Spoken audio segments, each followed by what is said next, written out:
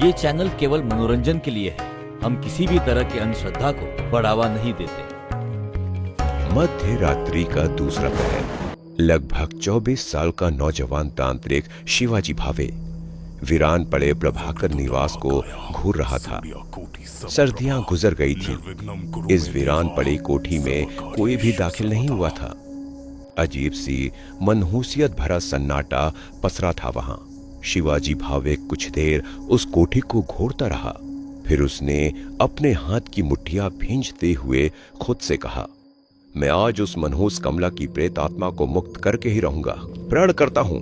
इतना बोलते हुए शिवाजी प्रभाकर निवास की ओर मंत्र जाप करते हुए बढ़ने लगे। ओम त्र्यंबकम यजामहे सुगंधिम पुष्टिवर्धनम उर्वारुकमेव बंदनान मृत्योर्मोक्षीय मामृतात्। कोठी के मुख्य द्वार पर आग जल रही थी ताकि कमला बाहर न निकल सके। शिवाजी ने उस आग को बुझाया और अंदर दाखिल हुआ। अंदर दाखिल होते ही शिवाजी को एक तीव्र नकारात्मक ऊर्जा का एहसास हुआ। पूरी कोठी में गहरा अंधेरा था, फिर भी वो आगे बढ़ता जा रहा था। शिवाजी मन ही मन मंत्र जाप कर रहा था। उस भयानक कोठी में उसे कमला के पायल और उसके हंसने की आवाज सुनाई दे रही थी। शिवाजी एक अंधेरे गलियारे की तरफ बढ़ा जो शायद आंगन की ओर जाता था। आंगन में किसी तरह की रोशनी नजर नहीं आ रही थी। गलियारे में बढ़ते हुए शिवाजी को एहसास हुआ जैसे दूसरी तरफ कोई उसकी ओर बढ़ रहा हो। पायल की आवाज सुनकर शिवाजी समझ गया कि वो कमला है।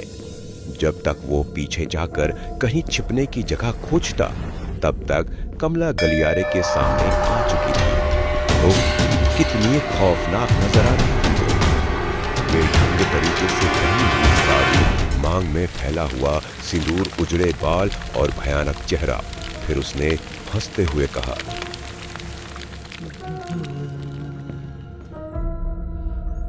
जमींदार जया चंद्र, क्या तू है? आजा।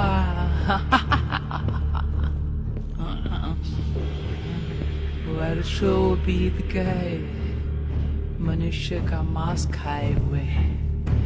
आजा आजा, मेरी भूख मिटा दे। शिवाजी की हृदय गति जरूरत से ज्यादा तेज हो गई थी। उसने घबराहट में इधर उधर देखा तो उसे एक बंद कमरा नजर आया। वो भागकर उस कमरे में घुस गया। कमरा खाली पड़ा था। कुछ सामान यहाँ वहां बिखरे थे और उसके ठीक सामने लड़की की एक अलमारी थी। वो डरा हुआ अलमारी के एक सुराख से बाहर देख रहा था।